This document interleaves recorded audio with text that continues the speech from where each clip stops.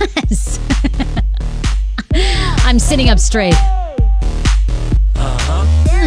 Okay, give me more volume. I'm back from vacation. More volume. Sarah wants to get lit. If I can't have a margarita, I need more volume. It's a podcast, not a cast pod. Hey, Frase, every day she'll make you say, Oh my God! She got the scoop on pop culture news, so grab a drink. It ain't what you think. It's Sarah and the crew. You guys, welcome to the Hey Frase popular podcast. Very popular. I was like, there's so many things I was thinking. Welcome to the Hey Frase podcast. It's getting more popular and more worldwide all the time. We are testing out a new studio and a new studio look here at Podcast Village. So what do you think? Do you like it? I'm obsessed. Are you obsessed? Maybe it's because I have more controls. I got all this shit in front of me. I'm like, ooh, I feel so professional. I don't even know though. What's the deal? I can't look at you. Is that the whole thing? Like, Oh, I'm not yeah, supposed to I'm look already- at you, AJ. You're supposed to be looking at the camera. Look, welcome to the show. I'm Sarah Fraser, your host. I'm here with AJ, who's our producer. Leslie's our digital content creator. She's in studio. We have a great show for you. I am back from vacation for the past week and a half, from the 4th of July on. I just checked out, people. I clocked out. I was like, this bitch needs a vacation, and I took one. But anyway, we are back. We have so much show for you, and we have a great special guest. I'm obsessed with her Instagram, and it's called Kale and Chocolate. She's kind of about mindful eating, and if you followed me for a long time, you know that I'm about that, and that's how I basically lost 40 pounds on mindful eating, and have kept it off for 5 years. But it really got me off the yo-yo dieting thing. And Elise, how do we say it, AJ? It's Museles, right? Is that? I always go back. I think it's Museles. Museles. But whatever you Okay. guing. We'll ask her when she gets here. But Elise Museles runs Kale and Chocolate Instagram. You're going to want to follow it right now because it's amazing. And anyway, she's going to share some of her great recipes, and she kind of has a different take to loving your body and losing weight naturally. And it's all about your food story. So we're going to ask her about what that means, and then she's bringing in some yummy treats for us too. I think some sort of vegan lemon balls or something. Lemon balls? Oh, I know you love that. Anything with balls, Sarah's like, oh. Yes, coming in. What am I, a 14-year-old boy? I mean, these guys act like I'm obsessed with balls, which is kind of funny because I do have a story that I want to talk about, a kid that stuck a USB cord up his penis. So they could be right. Oh, boy. Of course, Sarah pulls this story. I do. I really want to talk about that. A lot of stories happened over the week that I was gone. So I want to talk about that. I'm also very fired up about this Washington Post story about a woman in England who ended up finding pornographic pictures that her father took of her. She ends up murdering him, burying him in the backyard. And then the story gets even more bizarre. And we're so fired up about this story. I want people to weigh in on it for sure. Look, if you're joining us, every Monday and Wednesday we are live at 12:30 p.m. Eastern Standard Time. That's 9:30 a.m. for our West Coast fans. Okay, PST time, Pacific Standard Time. Yeah, that's right. That's right. I almost said PTS. PTSD. PTSD time. Whatever it is for you on the West Coast. We're always live on Facebook. You can hop on my page right now. It's Sarah Fraser. Kevin Spalding is on. He says, what the heck are you guys talking about? I'm late. Well, we've been talking about our guest today who runs the popular Instagram account, Kale and Chocolate. We've been talking about this story of the teenage boy who stuck a USB cord up his penis hole. I can't wait to get into that. Always fascinates me. Like, AJ, you know this about me. I had an anal fissure, right? And when... I mean, I didn't really ask for too many details, but yes, I do know that you had an anal fissure. So people now know that story of me. They always come up to me and they're like, oh, who's your colon doctor? Like, I'm having, issues or whatever. And if you have an anal fissure. First of all, it feels initially like a hemorrhoid, but then you're like, oh boy, this is not going away. And sometimes there's like a bump at the bottom of your anus. Like, it's really uncomfortable. You just know something's wrong. So when I went to the colon doctor, he was asking me like if I've ever put things in my butt. And he was basically saying like my anal walls were really weak. By the way, this You've been podcast, taking it to the ass for years. This podcast is definitely not safe for work. We got to get a disclaimer. God I thought we had one. Do we have one? Do we have one? Do we have a disclaimer? What is this one? Yeah, what's this one? Warning, this show is not safe for work. That's all we have. That was it. We need a longer one. We need a longer one. Anyway, he was asking me that because he says that people come in all the time with all kinds of rectal injuries because they're always putting things up their butt, like glass bottles. Yes, like the head of a Corona glass bottle, and then it like breaks up. Who are you? Okay, I've heard of hamsters. Oh, That's it. Yes, he said that's actually true because I actually wanted to know because that's a rumor about actor Richard Gere that Richard Gere had like a gerbil stuck in his butt. Oh, I love he Richard didn't Gere. treat Richard Gere, so I don't know if that's. This is allegedly. I don't even know if this is true. God, we spread so many lies on this show. We're not accurate. Okay, we are fake news. Like you want to never have the facts. You want to know if Sometimes. fake news is true? Tune in. Okay, we get a third of the story correct. That's what I like stake my name on. Anyway, what is wrong with people inserting stuff in their body? Guys, you're not a circus act. Like, I can't even believe it. So we got to talk about that. But AJ and Leslie are here. So tell me this. How are you guys? I was gone last week. How is life? The world fell apart without you, to be honest.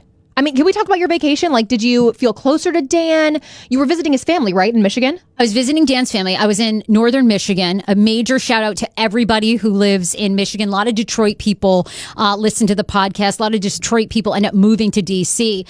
And if you're just tuning in, we got a lot of new listeners over the past couple of weeks. So we actually podcast most of the time out of Washington, DC. But my boyfriend, Dan, who I've been together with for 5 years, he's from outside Detroit. And every year his family goes up north to Glen Arbor, Michigan, this tiny little lake town, super adorable. And we all stay, like all of his family members, there's like 35 family members and friends. We all stay in these camps and cabins. And I think the girls are bringing up some pictures from our trip. We had such a great time. We ended up going to Charlevoix, Michigan, which is kind of like heading more up to the Upper Peninsula. And we just had a great time. Yeah, I think that Dan and I do really well on vacation together. And so we had a great time. We stayed at this cute little camp. His family is amazing. We did get into a little tiff because, Dan was banned from listening to this podcast. Because For obvious reasons, right? What would that be? If you shit talk him all the time. No, but I mean, we enjoy it. Do you think I shit talk him too much, Age? Do you think I do? No, but it's out of fun, You have to shit talk your man. Otherwise, do you really have a good relationship? And this is how I operate with everybody, okay? Like, I love to dish the dirt on everyone. And I always gossip behind people's backs. But to your face, I'm great. And, like, is that the truth? Like, I always It's true, but that scares me. Why? Wow. No, I love you. I wonder what she says about me. I say about that us. you're late and you spend too much time with your family. Like, Wait, just today I was late, okay? Thank you. no, Leslie is super Puerto Rican. And all the time she'll text me and I'll be like, hey, can you work on this day? Can you work on that day? And she'll be like, no, I've got to pick up my family from the airport. I'm like, haven't they heard of an Uber? You got to work. Like, Well, no, they don't have heard of Uber. I have to actually pick them up because ain't nobody got time for and money for Uber. I know. Well, apparently not. And that's the only thing I say behind your back. So there it is. I say it to your face. AJ, I don't even think I say anything bad. You know what? Sometimes It goes to the same thing Sometimes that I'm I late. always say. AJ is the perfect one. No, you know in what? She's not. In I'm this, not. in this studio. She's the favorite one. You Thank know what? I actually have to talk shit. I do talk shit about AJ behind her back. And that is like lots of times I give you a list and I have to remind you about the list. That drives me nuts too. Right. Okay. Yeah. No, this is good. This is good. This is the stuff we need to hear. I'm writing this down. I'm taking mental notes, and it's gonna be fixed by tomorrow. Anyway, we went to Northern Michigan with Dan. I usually talk crap about Dan on this podcast, which is why he's been banned. But then I get on the phone with him and I'm always like, babe, schmoops, I love you so much, dollface. Oh my God, dollface, when are you going to be home tonight? Like, I'm completely, that's just like how you're I like, operate. hey, doll. Yeah. Hey, doll. So anyhow, we go up to the camps. We had a great time. His family was basically saying that they tune into the podcast and they love to hear the stories, which is interesting. We kind of got into a tiff about this because Dan always says to me, you should not put the stories of my family on your podcast without asking their permission. And I'm like, Dan, I never say anything bad. Why? Who cares? And you just said that they like hearing the stories, right? Thank you. So I said to him several times on the vacation, which he then proceeded to get irritated with me about, I said, it seems like your family's down with the stories. In fact, they want me to tell more stories about you. And he's like, you're missing the point. The point of this is I'm not comfortable being in the public eye. I'm like, oh my God. What do you want me to do here? You know who you're with. Exactly. It's like, you know who you're getting in bed with. What the hell? What's the question here? Yeah. Anyway, and people, by the way, on our Facebook Live, Chris Ann says, you and Dan's relationship stories are the best. Laura says, I love when you talk about Dan. It makes me feel normal. LOL. That's good. Kevin says, poor Dan. He gets no backdoor action. Well, that's the truth. He doesn't. Sorry, anal fission happened. Yeah, back door is closed. I will tell you though, so this lake area is great, but it's funny when you leave like a suburban area. Okay, we live in a very I feel like liberal. Do you think DC is pretty liberal age? It is liberal. It is. Very politically correct, right? I mean, you cannot fart the wrong way without someone, being offended here, okay? 100%. So when we were at these camps, the best image was there was this family standing next to us, and they had two little kids. One was like 5 years old, and the little boy was 7. And every morning they'd come out with plastic gun Uzis, and they would completely, you would just see these two kids walking around with these machine guns. And it was so They would have been taken out by the Secret Service if they lived here. I'm like, oh my God, these are things that you never see in Washington, D.C. Never. I wish I could have snapped a photo. And the little girl comes over and she's got her Uzi and she's like, look, it has a clip. And she takes the clip out of this plastic gun and they make these complete machine gun noises. I died. I was like, this is epic. You would never see this in Washington, D.C. The parents here are way uptight. I didn't even think they sold toy guns anymore, let alone toy Uzis. I don't even know how to work those things. I wouldn't even know how to work a toy gun. Oh, you'd know how. I mean, they were super fun. You hold onto the clip. Oh, and you I was held like, one? hell yeah. I was like, I want to play with this. And she's like, okay, do you want me to shoot you? I was like, hell yeah. Bitch, I'm going to shoot you right back. And then I was like, it was so we were just shooting each other. I know. Dan was like, that is not funny. Yeah, what did Dan say? Isn't Wow. You're shooting a 5-year-old. How about that for a family traveling vacation? I go, I didn't buy him the Uzis. The parents are clearly fine with it. Who else? They're playing drug cartel or whatever. Who are they going to play with? And I said, you guys pretend I'm the cocaine mule. Her addict aunt. Yes, I'm the addict aunt.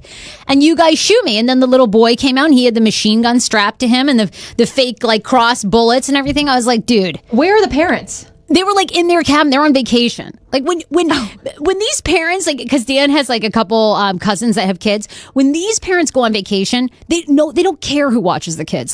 They're on vacation from their kids as well. So this woman sent the kids out of the cabin next to us with these toy Uzis and was like, get lost.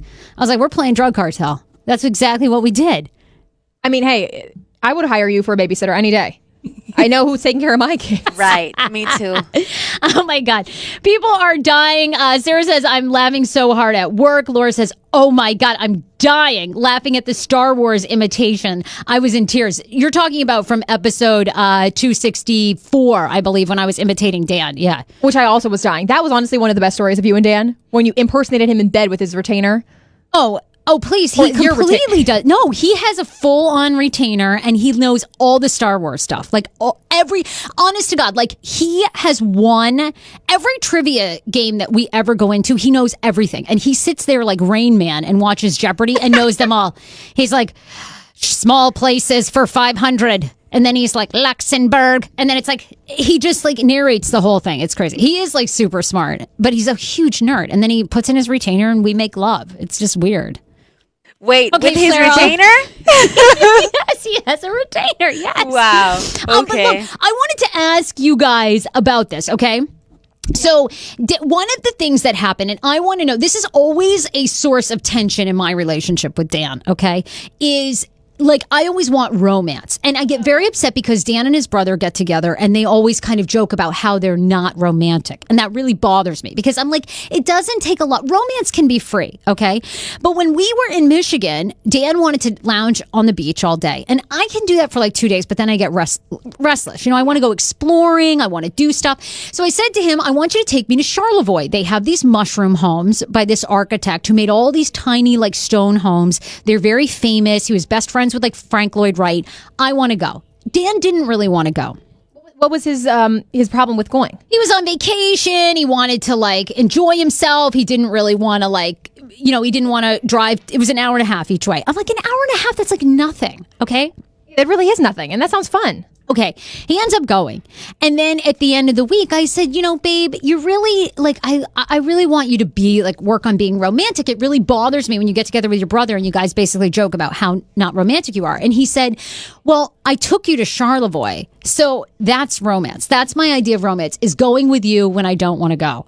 And I want to know from you guys, because seriously, I do use, like, our audience, all of the Frasiacs, everybody that tunes in, I use you as a base for, like, is this normal or not? Because I am an emotional nutsack. Like, and I do expect my life to play out like a movie. I'm not even kidding you. Like, I expect the man to, like, show up Richard Gere style at the end of Pretty Woman in the limousine and, like, carry me off, and he better be fucking rich. Like, I want to live my life like that. I'm the same way.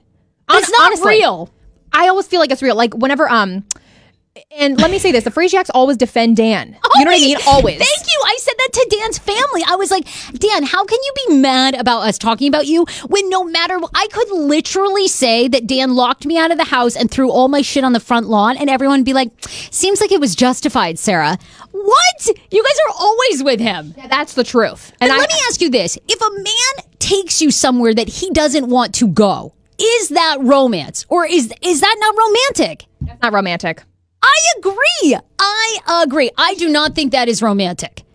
I think that, look, I say to him all the time, if we're going to get married, we're getting married. We've been together 5 years. I said, you're fucking marrying me, okay? Even if we stay married for like a year, I don't care. I'm at the point, I want the wedding. But didn't his family ask you about them? They're like, are you guys thinking about marriage and stuff? Yeah, they did. And I laid it all out for them. I planned the whole wedding. And they were like, wow, it's like you put a lot of thought into this. And we got in the car and Dan was like, why don't you stop telling them that all these marriage plans when we haven't even really talked about getting married?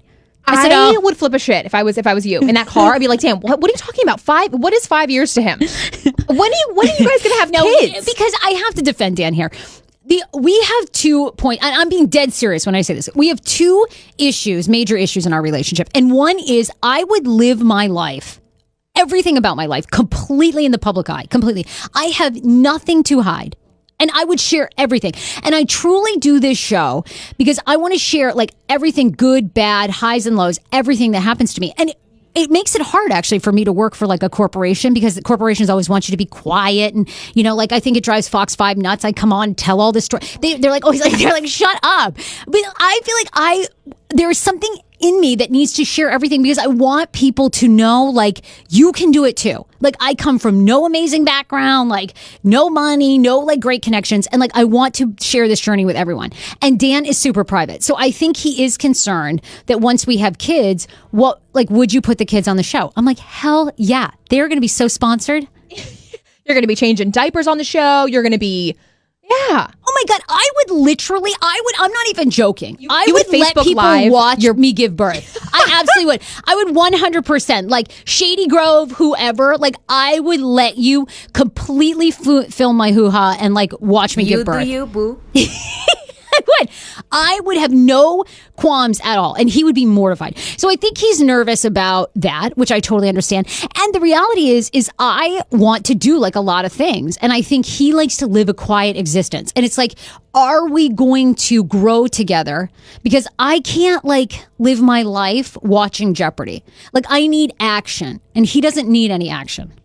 I mean, just this weekend, my boyfriend, you guys know he goes to drill. He's in National Guard. And so every weekend he gets like super non-texty. So I don't hear from him for the whole entire weekend when he's on drill, which is fine for me. I don't need to hear from him. But then on Sunday night, I'm thinking he's going to come over or I'm going to go over there. And I don't hear from him. Like no action, like no response. And it kind of makes me sad. Because I'm like, well, hello. I'm with you. You know what I mean? I just silence. And he's like, we've been dating for a year and a half. Do you really think we need to talk? Like after I come back from drill, I've been gone for a weekend. I'm like, yeah. Be nice to hear from you. You know what I mean? Know. Just some even like, I think he's shown up with flowers once. Is that asking a lot? To just show up randomly? I mean, look, I would love to know from the men and women online because I think too, there's a lot of men listening, watching that also want romance from women. And there's a lot of unromantic women. But I want to know, like, if you're in a long-term successful marriage or relationship and you're actually happy, like, do you guys hang out a lot? Does your partner always do romantic things for you? Like, what happens? Because, like, you know, that we were talking about that with Dan's family. And Dan has family members that, like, write each other, like, romantic notes and, like, raunchy love letters. I'm like, why don't you start writing me a graphic novel? Like, that would be so hot. Do you guys ever sext? Like, does he ever text you during the day being like, I can't wait to get you home and rip your clothes off? I don't think I've received one. Are you kidding? Are you kidding right now? Oh, my God, please. I've tried twice to like role play cosplay with him, and he was absolutely mortified. Like I dressed as Harley Quinn. Which was hot. I thought, which was really sexy. He was terrified. He couldn't even do it. He couldn't get past the face. He's like, no. And God. then I dressed up as like, oh God, I don't know. What was it? Not Thor, but I dressed up as like one of the guy characters, and he was like, I can't do you in this like cosplay dude outfit or whatever. Well, I was why like, were who you dressing up as a cares? guy? Oh, I was the Flash. I dressed up as the Flash, and he was mortified. He's like, I cannot hook up Okay, with well, you maybe in that this was your Flash issue. You have to costume. dress up as like Princess Leia or something, not a man. Unless he's dressing up as a female, and then you guys are really into some stuff. All right. Well, you know what? Leave comments on Facebook. I'm dying to know. I'm dying to know. Like, No, I I know. want to know. Like, am I batshit crazy? Like, he's a great man otherwise, but I'm just like, You need romance at least, twice a month or something, right? A romantic dinner or something to so, let you know that he loves you. I completely agree. Look, we got to get to a couple of stories before Elise comes on and talks about health. And oh my God, you're going to be obsessed with her recipes. If you are not following Kale and Chocolate on Instagram, do, because I watch her Instagram and then I instantly relax. It's like so amazing. Really? Yeah, I love looking at pretty images of food. Don't you? Oh, but then I get starving. Like I want a fat acai bowl with like the yes. bananas Yes, and the me chia too. seeds, right? Count me in. I know. Yeah, I absolutely love it. So look, here's a couple of stories going on right now. Doctors are warning women to avoid trying to have a, quote, peegasm. It's a bizarre sex trend that experts say is really bad for you. AJ, do you have any idea what a peegasm is? I'm gonna go on a whim here and say it's an orgasm while you pee. See, I thought that, well, close. That's close. A Reddit thread has led to a bizarre new sex trend called peegasms.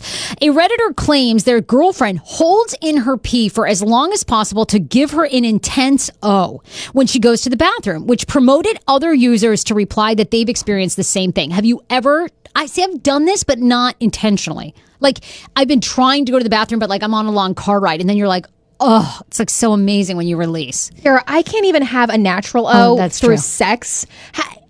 Peeing? No, I mean, it feels good to pee, but I definitely, and I pee every 5 seconds because my bladder is really small. Right, that's right. We can't can't have even a hold- vaginal rejuvenation doctor coming in for you on Wednesday. Yeah, you're right. I need to ask her so many questions because I'm 23 years old, can't hold my pee. Okay, yeah, you're right. That's Yeah. absolutely true. Anyway, I never heard of this, but doctors are saying that your bladder could rupture. Experts do not recommend attempting this trend, as holding in your pee can lead to health complications such as urinary tract infections and weakened bladder muscles. The so-called peegasm is doing its rounds on the internet, but much to doctors' demise, they say. And so avoid it altogether. How long is she holding her pee though? Like, is she like for a long hours? time. God, Yeah, it hours. seems uncomfortable at first, and then I guess she gets an extreme orgasm, which, okay. That is whatever. amazing. Whatever floats your boat. I guess so. You and I were really upset about this story of the woman in England who murdered her father. She found her father's child porn images of herself. Can you imagine this? Absolutely not. Then she kills him. I know. Isn't this sick? No, This story. it's so messed up. You guys have to hear this. Then she kills him and keeps it a secret for 12 years. So for 12 years, this story blew my mind. And we're upset that she's going to jail. Spoiler alert. I was glued to this story. Barbara Combs is her name. She's 51 years old, and she'd been gardening in her father's backyard on a street of red brick terrace homes in their suburban Manchester, England neighborhood when she went inside and spotted a box on the dining room table. Sifting through the box, she was repulsed with the images she saw. It was a trove of pornographic photos of children, including explicit images of herself. It brought back such traumatic memories. She was sexually abused by her father for years, raped hundreds of times, according to The Guardian, that she picked up a shovel, went into the living room, and beat her 87-year-old father to death, Kenneth Combs. I'm behind her 100%. I get sick at these stories because I feel bad for one, the person that went through this, her. And on top of that, I mean, the fact that he left pictures in the home, they're still there. What really gets me is that she's still being sent to jail for 9 years. I feel like she should be let off for, personal defense. Well, this sucks because she ends up taking him outside in the backyard. She brings in 2,000 pounds of gravel, probably a little bit of a red flag. Like, I mean, what do you like? Or who's bringing in? Right. What do you need that for? She wraps him in a carpet, takes him outside. She gets gravel brought in. She digs a grave, puts him in there. Okay, for 12 years, she tells everybody, oh, he died. The hospital cremated him. We're not having a funeral because he didn't want one, blah, blah, blah. She was all good except for the fact she continued to collect his Social Security. Ugh. I feel like that was her way of getting back at him. Like, you bitch, like, you did this all to me. Now I get to collect all your money. Well, a bit of a problem, though. She collected like $236,000 in benefits. Bring it in. I would have done it too. We all would have. I know. Prosecutors in court described how Combs suffered from a lifetime of abuse, but she is going to jail for 9 years. I feel like absolutely not. She shouldn't. At all. What kind of lawyer did she get? We need to get her like a... We need to alert the media about this. Kim Kardashian. I know, right? I was saying that too. We need to get Kim Kardashian on this. Prosecutors said that Combs in court showed absolutely no concern for what she had done and denied everyone the chance to say goodbye. Who wants to say goodbye to this pedophile? He lay buried at the bottom of her garden just meters from her own bedroom window, an investigator said. Again, I don't see anything wrong with this story, except for that she's going to jail. Well, and she had no. I'm 100%. She had psychological issues her whole entire life, which eventually ended her marriage. Yes. That's why she had to move back in with her father. You know what I mean? So all these memories are coming back. She actually had a son with her father, but he died super young. It's just this story is like an onion. Like, it's like deeper and deeper. There's so many layers, and I just want to defend her. Can we actually like show up at court and be like? Well, and by the way, I don't think she's being prosecuted so much for his murder as she is for the money. Oh, I know. That was the bad mistake. Okay. But again, she deserves it. She deserves every penny of it. Yeah. With that money, I bailed myself out. I'll be like, That's right. I have the money to bail myself out. They probably take all the money from you. Right. Hopefully she saved her money. A couple more stories and then we're going to have Elise on. So people are now ghosting at work, which I find really, really interesting. Any idea what, Leslie or AJ, any idea what ghosting at work would mean? We know what ghosting, you guys know what ghosting is in dating. Yes. Okay, what is it? Tell everybody what it is, AJ. So ghosting in dating is when you you kind of just ghost the person. Like, you just stop texting them. You give them no reason why or why you're leaving or stop talking. You just ghost them. You just ghost them. You gone. Well, now they're saying that Business Insider says that people are actually ghosting potential employers. This is amazing to me. It's actually according to LinkedIn. Correction. That's what I told you. Like, we only get a third of the shit right on this show. What is this? Yeah, where's the source? LinkedIn. It's pretty reputable. Business Insider, LinkedIn. When they're all the same, right? I mean, they all provide business insight. Who cares? Is anyone quoting me? Probably not. They say what's happening is because the job market in the United States is so good that people are lining up interviews and either not showing up and then not responding to emails because they found a better offer, or they're accepting multiple jobs, taking the best one and then just ghosting all the rest. Okay, to that point, I would say that's fucked up. You think so? Taking the job and then not showing up because they're relying on you. What the heck? That is epic. I bet that happens so many times on this podcast. How many interns have we interviewed? They're like, yes, I'll be there on Monday. Monday comes, they never show. That happens all the time. That does happen all the time. Doesn't it?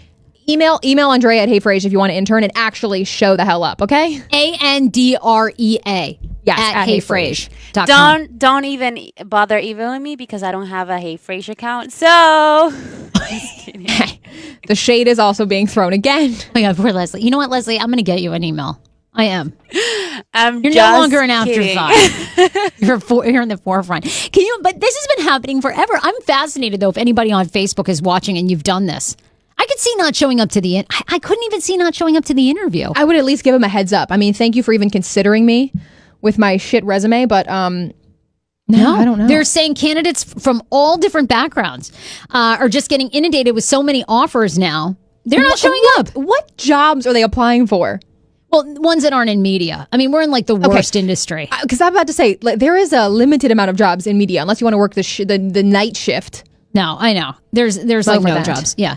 When you apply to like a media job, it's like 4,000 people are applying because there's like one radio opening period. One slot, exactly. Yeah, they must be working sales or... they'll call you back for sales. Because nobody wants to do that. Exactly. Nobody wants to do that. I teased this story to begin with, but a kid did get a USB cord stuck in his penis by putting it up there. What is wrong with people? What the hell is wrong with you guys? Okay, I'm sorry. Is this his pee hole, right? Yes. How does one go about sticking something up that big? Your pee hole. Fellas on Facebook, tell us. This is the urethra? Or Urethra. Oh, urethra. Okay. Petra's fine, though. Whatever it is. I don't know how to pronounce it. Leslie, I love you because your command of the English language is worse than mine, and I love it so much. Okay. Uretra en español, así. So, yeah. The 13-year-old was, quote, curious when he put a USB cord into his urethra. Doctors say that it was inserted and then became knotted in his bladder. What? The teenager, whose name was not revealed, this also happened in the UK. They crazy over there. They are crazy over there. I do. I feel like everybody here is so PG. I mean, really. Sarah, honestly, you need to get a place up in there. You could be in the UK. Yeah. I know. I need to date like a European guy. I feel like he'd be way kinkier. Dan, are you listening? Yeah, they're way down for all this stuff. Anyway, the cable ended up reaching his bladder where it tangled. And ended up in a knot. He tried to pull it back out, but it became stuck. Dude, how long has it been in there that it got tangled? I don't get the story at all. They had no choice but to operate on the boy, revealing that they had to cut into his bladder to find the knotted cable, snipped, tangled the section, and removed the cord. Oh, my God. Can you imagine what emergency rooms see on a daily? No, I can't. I really can't. Can you imagine working? Some kid comes in with a USB cord tangled around his... They see everything. They see everything. I mean, Dan does have a cousin that works in the medical field, and she said you would not, wouldn't believe it. Yeah, she said you would not believe it. Is anybody else interested in watching the Sacha Baron Cohen show? I'm really curious. It's airing on Showtime. I don't get Showtime, but I really want to. There's also an app you can pay for. It's called Sacha Baron Cohen's Who is America? You've probably seen it. It's been getting a ton of buzz because he interviews everyone from Bernie Sanders to Dick Cheney to Sarah Palin and dupes several of them, playing various characters. You, of course, know him as Borat, which he kind of tricked everybody across America as Borat years ago, and it was so entertaining. I'm into the show because he's so talented, and he gets people to believe that he's these characters, right? He gets people to believe. But this is my question. Although I feel like I told you, I just did an interview with a guy who claims that he's a reporter for a magazine here in DC. So I can see how people fall for it because we're all narcissists. Like we're all like, oh yeah, this guy wants to interview me. All right, sure. Yeah, because you want to hear about essentially hear about yourself. You want to hear about yourself. Okay. But how does Sacha Baron Cohen? He asks everything. Okay, by the way. Like he, and he gets Dick Cheney to autograph like a waterboarding kit. Like, what? Who are people as handlers? You know what? Look, as this show becomes bigger, and like when I get like really famous, you have got to screen these people because I'll fall for this shit hook, line, and sinker. I'll be in completely. They'll hand me like a Nazi handbook. I'll be like, absolutely. Are you a Frasiac? Who should I make this out to? And I'll completely fall for Borat. How do I go through this screening process? Like, what do I have to ask them? Like, show me your business card. Show me your. Like, I'm curious to find out what people. I'm curious to find out, like, I would love to know, which I'm sure Sacha Baron Cohen is not going to reveal, but who lines this up? Like, what did they tell Dick Cheney's people? What did they tell Sarah Palin's people to get these interviews? I don't know. It's absurd. I mean, he does look really real, though. I know. He does look really real. So he plays various characters in Who is America, and it's also on the Showtime app. I'm dying to see this. If you've already seen it, I believe it was released last night, by the way. So if you've already seen it, I'd be curious to see what you think of the whole thing. But I cannot believe that these people fall for this. He's been filming secretly for a year, right? Like this show has been under wraps. Nobody knew about it. Holy shit. Correct. I want to do a couple commercials and then also leave you with, I love the woman who posted a video of herself littering, and she's getting absolutely trolled on social media, but I'll tell you why she's angry at the woman who essentially stopped her from littering. We have to thank Jessica Claros, who's unbelievable. She is a farmer's insurance rep in Maryland, and she's got you from everything from home, Life insurance, auto, home, life insurance, short-term, long-term disability. I tell you guys this all the time, but I finally, for the first time, got a life insurance policy as well as short-term and long-term disability. If you are out of the game at work, if you get seriously injured, or even if you get depressed, because short-term and long-term disability now covers mental health issues, you need money while you're dealing with this, while you're living life and taking care of yourself. So call her today. She's in Silver Spring, Maryland. She handles only insurance needs for people in Maryland. So if you just bought a home, if you need car insurance and you're a Maryland resident, she's got you. The phone number is 301-273-1133. Absolutely adore her. She is a locally owned female business owner and minority owned business in Silver Spring, and Farmers Insurance is the best of the best. So absolutely call her.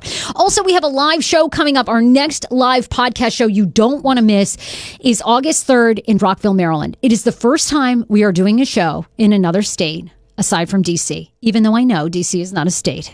People will be like, they'll be all over me for that if I don't clarify. They'll be like, DC is not a state, you moron. I know. I've lived here, okay? It's a District of Columbia.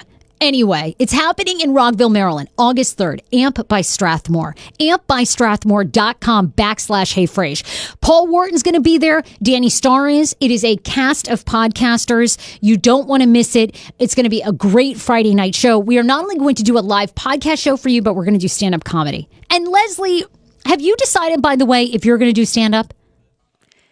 Crickets. We need a sounder for that. AJ, are you doing stand-up? I am, but I am Crickets. I am, but I'm so nervous still. Like I'm gonna crack on stage, but that'll be the whole show. Oh, you've got at my embarrassment. But when is Rob doing our comedy lessons? Rob Mayer, by the way, is opening it. I think in the next week or two. Rob Mayer is a very famous comedian in the DC DMV area. He's open for Tiffany Haddish, Kevin Hart. He's really, really good.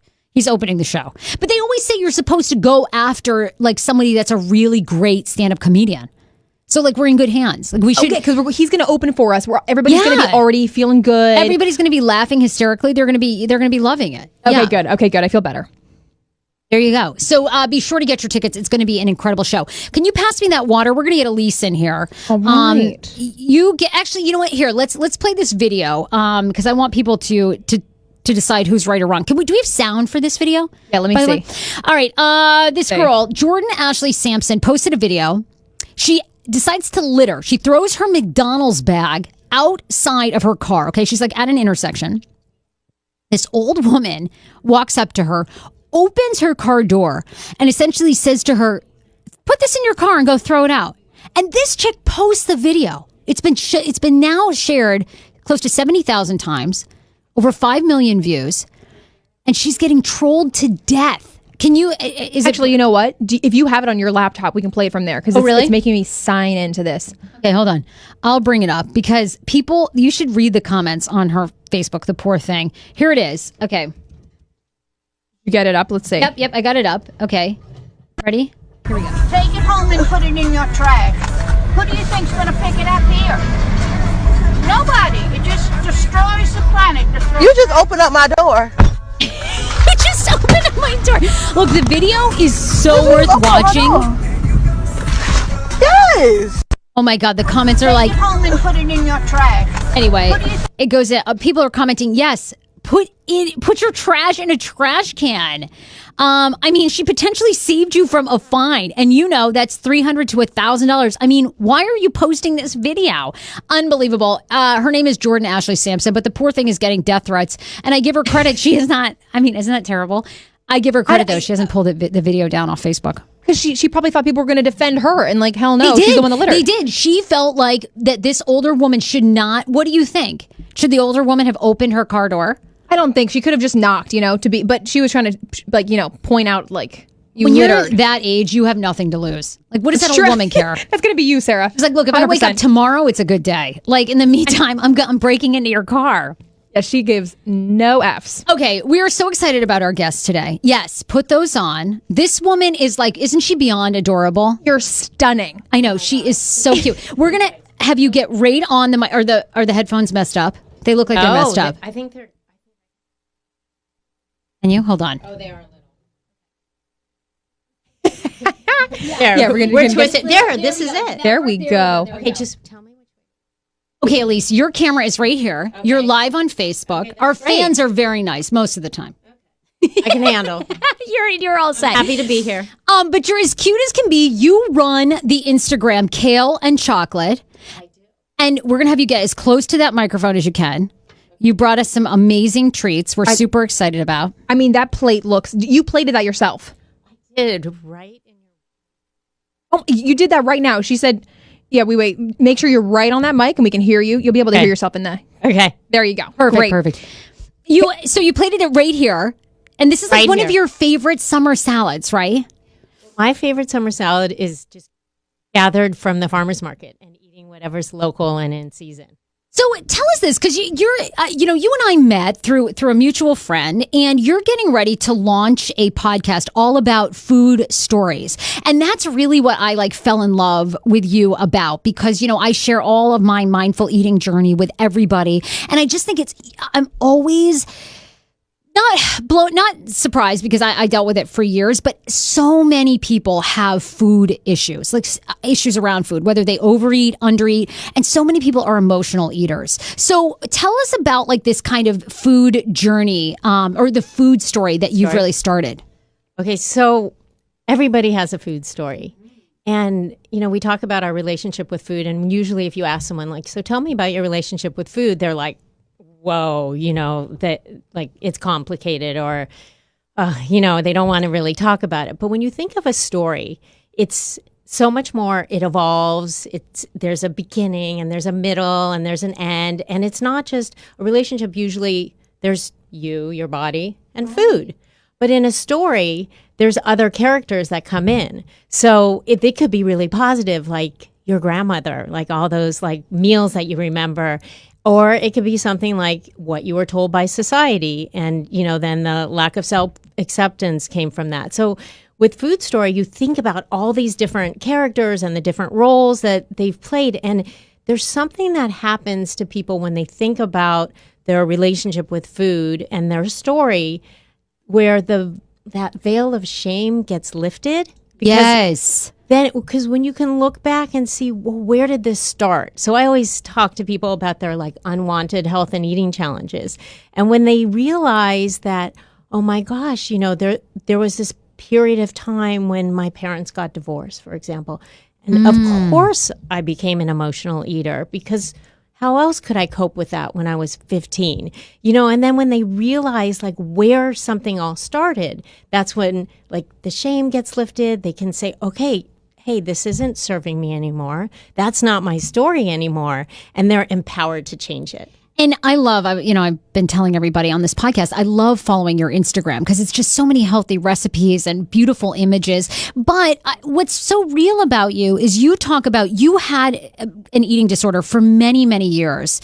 And I want you to talk about that. And then I love the point that you shared with me when I came and met you about your husband. Basically, you and your husband have been married for many, many years. I know. But there was... We want all your secrets on a happy marriage too. But I want you to talk about there was really a moment that he was like, look, I'm not sure if I can be with you unless you resolve these food issues. So talk about your background, your food story. Okay, so first, the only thing I want to correct that you said is Yes. that I didn't technically have an eating disorder. Okay. Which is, I think that's real important for all the listeners to know about, because you can have a troubled relationship with food without being qualified as having an eating disorder. And I think that's where a huge majority of mostly women, where we fall into, where we're just ridden with guilt, or it's just not easy or free, or, food isn't just nourishment. It becomes good and bad, or, there's just so much baggage that goes along. So that's what, so I had a very disordered relationship with food, and basically, without going on and on, Sure. I was concerned about being perfect. The perfect body, the perfect diet, the perfect combination of nutrients. And a lot of it was in the name of being healthy. I grew up in Southern California, but it wasn't it didn't matter what I look like on the outside, it had nothing to do with that because I was totally miserable and troubled on the inside. Just striving for the unattainable and constantly beating myself up. I'm sure you can relate to that. Yeah. Oh my God. For years. And I shared this with you and I've shared this with the audience, but my first diet started when I was 12 years old. And, my mom is the one, because I started riding horses, and I can remember the trainer in the barn always said, fat girls don't win horse shows. I know. And so I started, and my mom was like, sure, start the fat-free diet or go to a Weight Watchers meeting, if this is what you want. And, I think she was just trying to be supportive.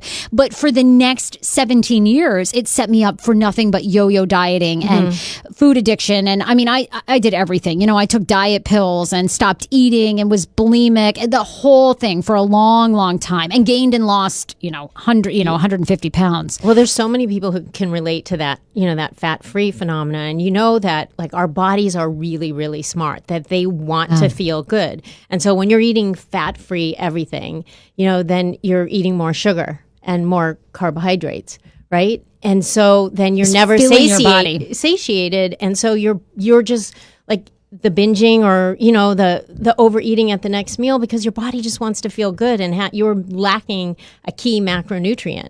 But when you understand that and you look back, doesn't it make you feel, oh my God, it's not really my fault, Completely. Yes, you don't. And, I always say this, like through mindful eating, you discover that your body really has like a set natural weight, like everyone does. And it really isn't, it's not usually a size 4 for all of us, but it's not 40 pounds overweight. It might be 10 or 15, you may always have that based on your frame, but your body is going to do everything to come back to that. So like when I'm never going to weigh 119 pounds. Like that's just not who I am. So if I tried to whittle my way down to that, at some point your body's going to rebel and want all those calories. You just can't even control it. So tell me this, what was your kind of tipping point? Like when did you decide that you were going to sort of get on this healthier wellness path and stop beating yourself up about calories and food? It didn't happen overnight. There were a couple key like turning points for me. And I want to address, you mentioned the story about my husband, so I want to share that. Yes, I love that. Now. So, this is how your food story is not your own. You share it with the people you eat with. And, you share it with your family that you were born into. So when I was in law school, that was a pre-nutrition. I practiced immigration law. When I was in law school, I had a boyfriend at the time. And, he was really into food. We went out to dinner all the time. And, I was like just very still on that eating perfectionism, very restrictive, not to the point of being like clinically an eating disorder or having anorexia, but I was really controlled with everything that I ate. And he said to me at one point, just like, I can't do this anymore. I cannot go out because, again, I'm sharing my food story. He's sharing his, but I can't go out and watch you kind of pick at your food, eat a little bit, and then be like, I'm so full. I mean, I had no connection to my like body at that point. It was all about the rules that I had like made up in my head. So I went back to California, which is where I was from. I graduated law school. I did a wonderful clerkship, but I didn't stay in D.C. where we were together. So I went back to California, and it was really at that point that I realized, like, I can't do this anymore. Like, it's costing me the most important relationship thus far, and I knew I had to change. And that's when I started also to realize it's not just affecting me. Right. Your food story affects others. Right. So, and I love your blog, which is kaleandchocolate.com. And you do some very interesting blog posts. Like, I love the idea of sitting is a good thing. Like you did a post about kind of the radical thinking of like, sit, why is, when it comes to food, body image, why is sitting important? Well, you probably can identify with this with all your mindfulness practices, but so many of us are, and myself included, we're so busy, so we multitask and we think even beyond sitting is like actually paying attention when you are sitting, but we multitask, we grab our, smoothie in the car, but we're being good because we're having a smoothie. But the thing is, I always give this analogy, like if you're in yoga, right, and you're on your mat, you're practicing yoga, but if you're thinking about your to-do list when you're in yoga, are you really getting as much out of yoga? Ooh, yeah. right? Yes. So the same thing happens with our food. When you're not sitting, when you're thinking about other things, when you're checking your Instagram or reading, through your emails, and you just can't possibly be tuned in to your body. And the other thing, Love that. This- I love this that. That's was- hard for people to do.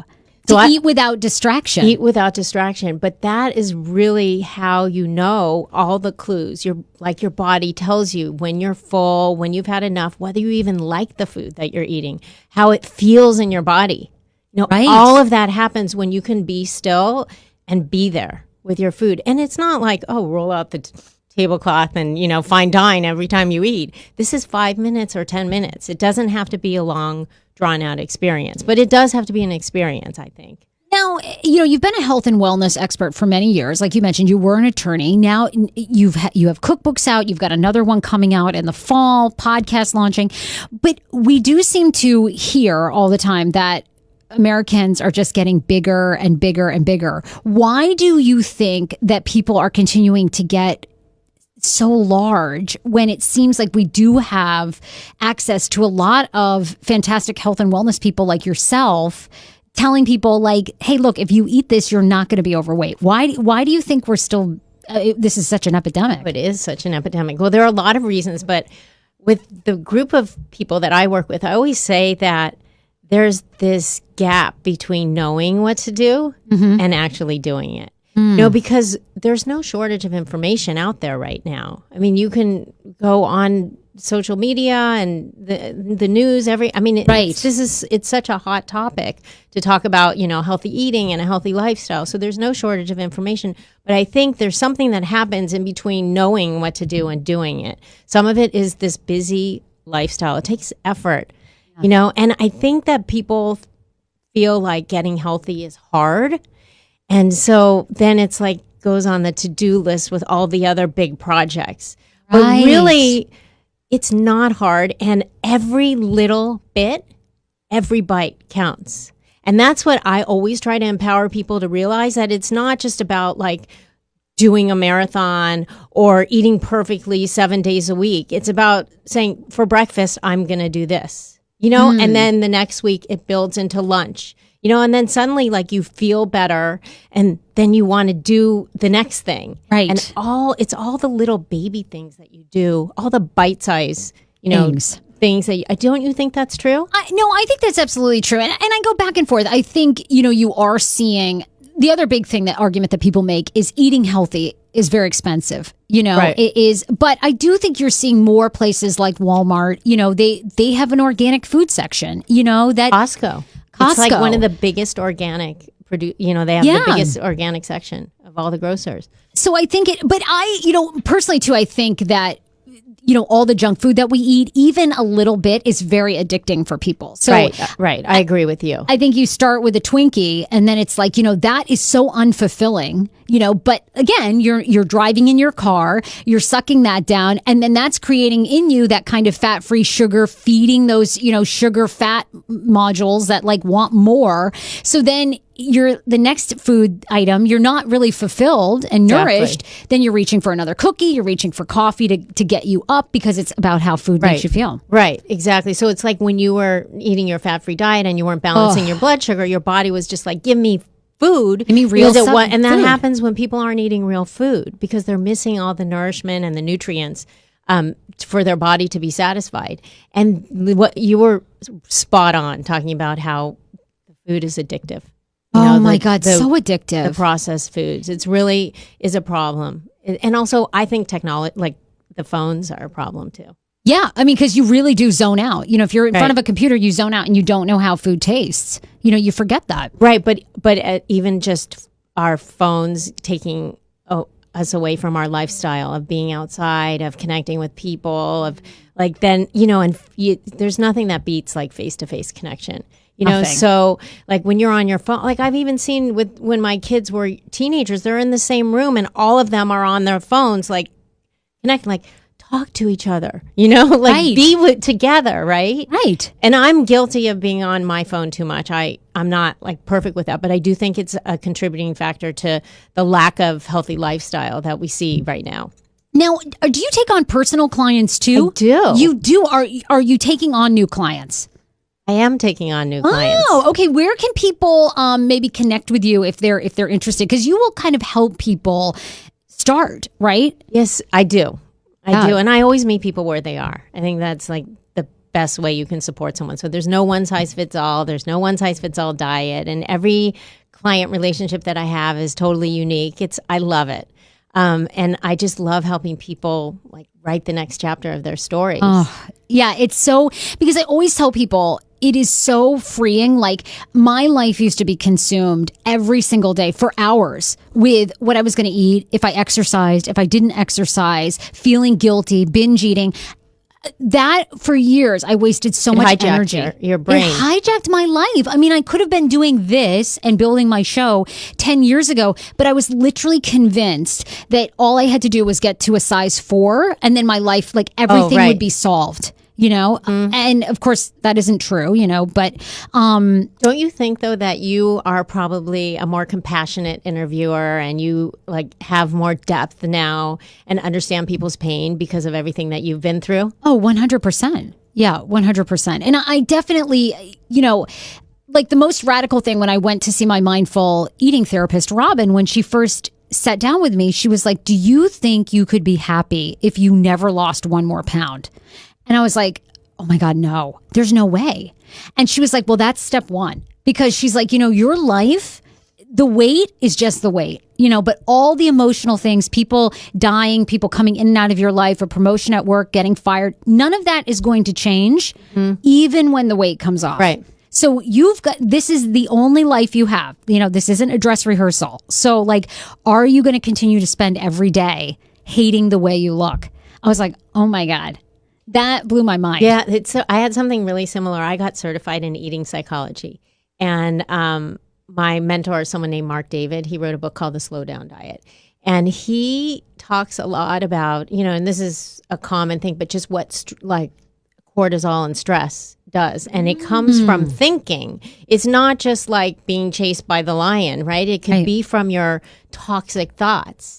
And when I realized that all that pressure I was putting on myself, all that guilt, it's a whole chapter in my book, by the way, because everybody feels guilty, right? Yes. I mean, it's so common.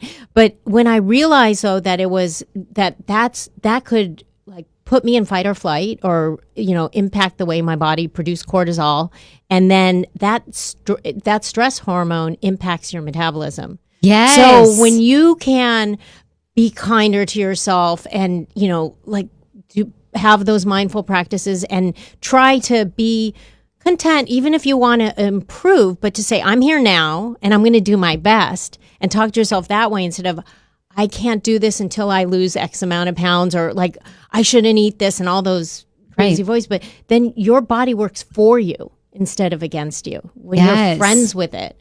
Yes. It cooperates with you. Well, and I think, to your point about technology, I also think we accept and continue to take on, especially women, very stressful jobs. We put up with a lot at work, very stressful, high intensity environments, for what? If you're 50, 100 pounds overweight, is that job really worth it? Of course, you have bills and all those, you can't just walk away. But is this job, helping you or really killing you health-wise? Right. And I think, some people don't have a choice. And what we do have a choice with, though, is how we manage the stress. Right. And so we need coping mechanisms, just like you had the mindfulness was such a good coping mechanism for you. Amazing. So for some people, it's, you hear about meditation all the time, but you can also do other things that help you connect to your body and quiet your mind. Yes. Like chopping is my number one. Running. I'm not the best at sitting on the pillow and meditating, even though it's like the in thing to do. And I totally believe that there are so many amazing benefits to it. It's not my thing. I'm probably one of the first wellness, people to admit that it doesn't always work for me. I try and I'll keep trying, but you can find other ways. Go into nature. Yeah. So you have to have that toolkit, of ways to reduce stress, and that affects how you metabolize food, how you feel about yourself, and how your body cooperates. So So you brought in the salad that you put together, and then also you have like another kind of more savory, like sweet treat. Sweet. Yeah. So what Gotta is have the sweet. Yes, I love the sweet and the savory. So what did you bring for us? So, do you remember you tried the chocolate Yes. bliss ball? So this is like the lighter, more summery version, and they're lemony coconut bliss balls. Oh my God. I try to make food fun. That's one of the things because there's this whole belief that healthy eating is boring and bland and not that fun. So I think bliss balls sound really fun and they taste amazing. So you're gonna have to. Okay. test. Yes, we have to try one of these. You do have to try. Oh my God. By the way, your food can't even look. I mean, it looks so good. I know. Like I could eat that over a steak or chips because that is so. The way you presented it is gorgeous, and I can't wait to try one. Thank you. my gosh. I'm gonna put this in front of the camera too. So So Elise, what are these made with? They are made with dates as the base. my God. We can link maybe in the show notes to the recipe. So they're dates, lemon, coconut, cashews, and you could use almonds if you prefer. And God. it's like 5 ingredients. Coconut, this is so And good. How long do these take to make? not that long. And it's fun. That's another way, rolling the bliss balls. No, it doesn't take that long. Maybe the first time, but it's just, I know the recipe by heart. Toss it all in the food processor, roll it in a little into balls and in coconut and then into the freezer. And then I just, whenever you need a touch of something sweet or Oh my God. Eat this instead of a Twinkie. I was going to ask you, what do you think that versus your snack wells that you used to eat on your fat-free diet? I mean, these are these are mind blowing. Oh my God, so delicious. And you don't even they taste so much like I don't know, just like they really taste like a real cookie, like you know what I mean? Like you wouldn't even know it's made all healthy. It just is so delicious. I love that you're eating it slowly too. Every bite is savory. I want to save I know. mean, I could eat 10 of those. They're so good. Now you blog weekly. Almost. But I show up on social media every day. I know your Instagram is great. You're getting ready this fall to launch a book. You already have a cookbook out. Where can people find more, order the book, just begin to follow you? Okay, so the book is called Whole Food Energy, and it's 200 grab-and-go recipes for the busy, active person who wants to eat healthy.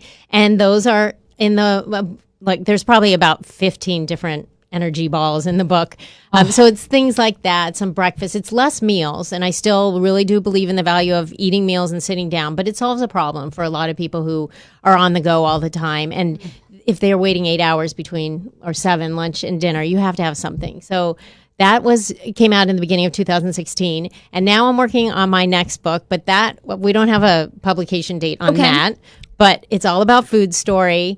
And the podcast is launching as soon as my new website launches in early fall, I think early September. And it's called Once Upon a Food Story, and I definitely want to have you on the show. Oh my God, I'm happy to share because I feel like it is life changing. When your life is freed up and you're not always worrying about what you look like or obsessing about weight. Now I see so many women to obsess about their cycling classes, or it just is such an obsession. And you're like, oh my God, life is so freeing when you just enjoy it and love who you are for what you have. And it's all about your health. That was the thing is, when I was 25, 30 pounds overweight, even my mindful living therapist would be like, there are people who are so ill. They would do anything to Half be your where you body. are. And you're like, oh my God, that's the truth. Right. It's just crazy. It's shifting to thinking about not what you don't have, but what you do have, And then the things that you want come much more easily. Absolutely. I'm so glad you could be here, Elise. Oh my gosh, thank you for having me. You have the best energy. You're so much fun.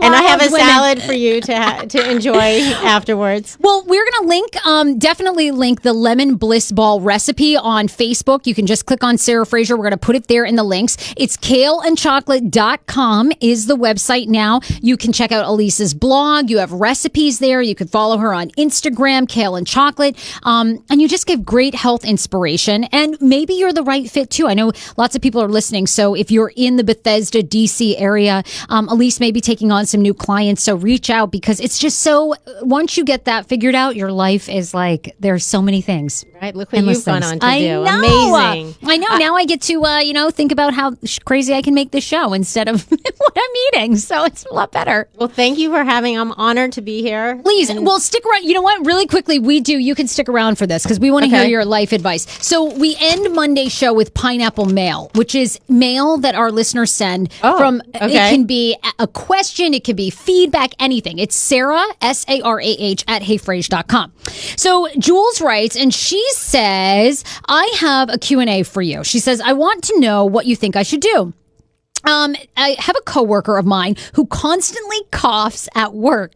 The office is pretty quiet, so the sound of her cough is enough to make me jump out of my seat.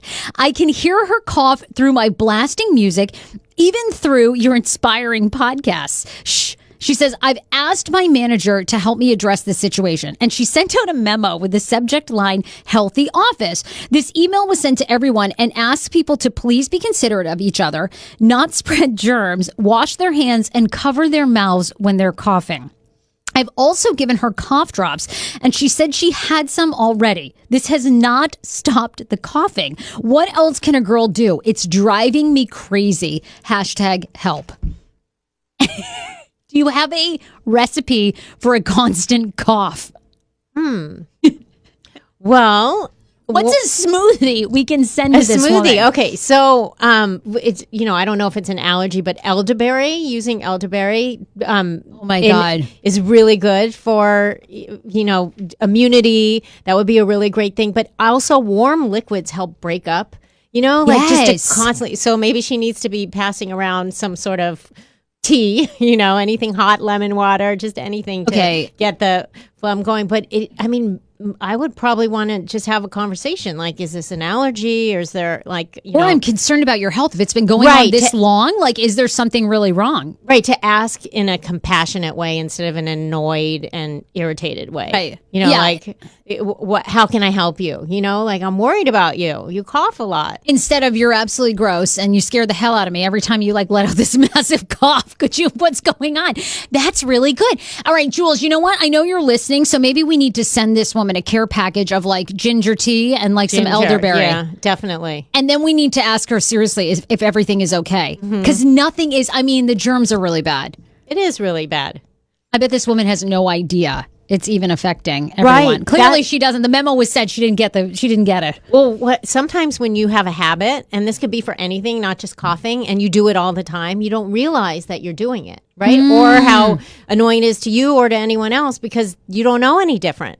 Oh my God, it's so true. Okay, that elderberry is coming. Okay, Jules, definitely. We love you. Elise, it's kaleandchocolate.com. Thank you so much for being here. You guys, we'll see you on Wednesday with our next show. Be sure to buy your tickets to our August 3rd live podcast show. All right, everybody, bye!